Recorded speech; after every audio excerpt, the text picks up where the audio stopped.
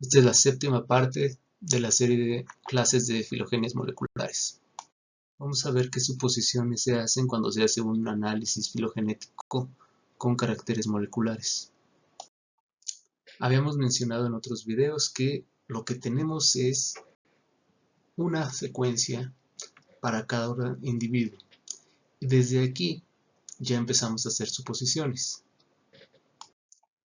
La primera suposición es muy obvia, pero es muy importante, y es que esa secuencia que tenemos es el gen que queremos tener.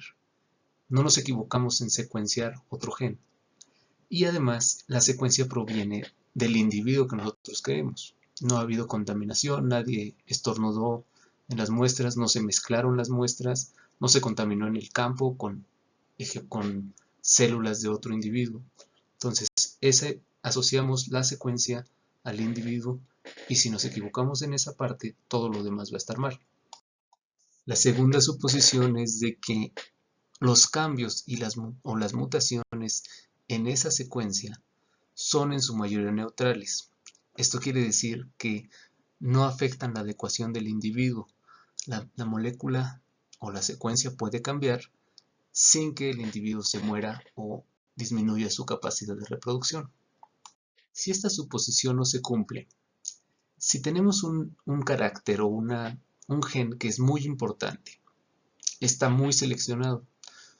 Los caracteres que son muy seleccionados o que están bajo una presión selectiva muy fuerte no pueden cambiar.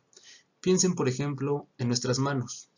Nuestras manos son un carácter muy importante para nosotros, sobre todo si viviéramos en la selva o en la sabana. Una mutación que modifique el número de dedos o la forma de la mano, casi sería seguro que ese individuo se va a morir. Entonces, por eso los genes de las manos casi no cambian, no hay mucha variación en las formas de las manos. Eso puede ocurrir con los genes. Si un pequeño cambio en los genes produce la muerte del individuo o que baje su adecuación, que se reproduzca menos, entonces ese gen no puede cambiar. Si no hay neutralidad, quiere decir que el gen está muy seleccionado, los cambios no son neutros. Puede haber especiación, como en la figura, el lado izquierdo hubo una especiación, pero como el gen no puede cambiar, no hubo mutaciones. Entonces, ese gen no puede utilizarse para saber la filogenia de las especies, porque no genera la suficiente variabilidad. Si utilizamos un gen que no es neutral a la selección natural, entonces el árbol de especies, que es el de la izquierda, va a ser diferente al árbol de la derecha, el árbol de genes, y se va a subestimar la diversidad. Hay solo 2 copias de los genes, porque el gen de la izquierda, el gen verde, no cambia. Y en realidad hay 3 especies. 2 especies tienen el mismo gen, porque cuando se separaron esas especies, se llevaron la copia de su gen, y es un gen tan importante para la adecuación de los individuos que no puede variar en nada. Pero si tenemos neutralidad, es decir, un cambio en el gen no afecta la adecuación, el gen puede variar más, puede variar sin problemas de que el individuo se muera o deje de reproducirse. Entonces, cuando hay un evento de especiación, cada población se queda con la copia de su gen, y con el tiempo se dan mutaciones azarosas naturales y vamos a tener las 3 copias del gen en cada una de las 3 especies. Si utilizamos genes que son neutrales a la selección natural, entonces el árbol de genes sí va a representar al árbol de las especies. Al igual que con los caracteres morfológicos, habíamos visto que cada carácter nos daba una historia de la filogenia de las especies, y luego juntando todas las historias veíamos cuáles eran congruentes. Igual, cada gen puede darnos una historia de las especies. Cada gen tiene su historia y puede evolucionar independiente de otros genes. Entonces, la tercera suposición es de que esa secuencia o ese gen que estamos eligiendo es el adecuado y nos va a decir la filogenia de las especies al nivel que queremos. Por ejemplo, va a haber genes que nos cuenten la historia de todos los seres vivos. Va a haber genes que nos cuenten la historia de un grupo, por ejemplo, de los mamíferos. Va a haber genes que nos cuenten la historia de una especie, de los humanos. Entonces, tenemos que encontrar el gen que sea adecuado y que nos cuente la historia de ese grupo. La cuarta suposición ya la habíamos visto y es de que los genes que estamos incluyendo para hacer nuestro análisis son homólogos y ortólogos. Es decir, están en la misma posición en el genoma y son generados por especiación o se generaron junto con un evento de especiación. No queremos meter ni genes parálogos ni genes xenólogos. Todos los genes que estamos metiendo suponemos que son ortólogos.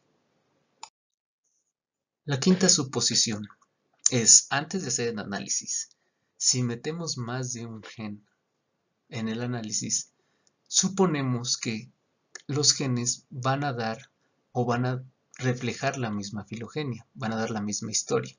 Es como cuando meten caracteres morfológicos a una matriz, estamos suponiendo que todos son homólogos y todos son homogéneos.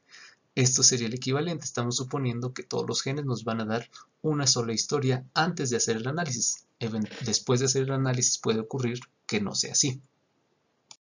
En un caso ideal, si metemos 3 genes para hacer un análisis filogenético, los 3 nos dicen A y B son tan más relacionados en sí con C. Y esa es la filogenia de las especies, esto sería lo perfecto. El árbol de genes, el árbol de los 3 genes es igual y es igual al árbol de las especies. Pero no siempre es así, no siempre todos los genes te dan la misma historia y esa es la historia de las especies. Aquí en este ejemplo sería el peor de los casos donde la filogenia de las especies son 3 especies y ninguno de los 3 genes que metimos nos da esa filogenia. Es decir, nos cuentan historias distintas a la historia de las especies. El gen 2, por ejemplo, solo tiene 2 copias. Alguna de esas dos especies comparten una copia. El gen 1 y 3 tienen 4 copias, nos estarán diciendo que hay 4 especies y las relaciones son distintas. Esto sería lo peor, ninguno de los genes te da la filogenia de las especies. Sin embargo, normalmente no ocurre así. Hay genes que son congruentes y al igual que con los caracteres morfológicos, podríamos ir por los genes que son congruentes entre sí, si son mayoría comparado con los genes que cuentan otra historia.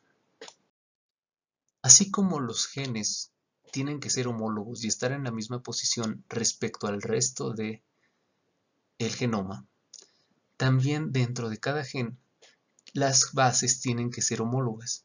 Entonces, la sexta suposición es de que la posición de una base dentro de la secuencia es homóloga a la misma posición de otra secuencia.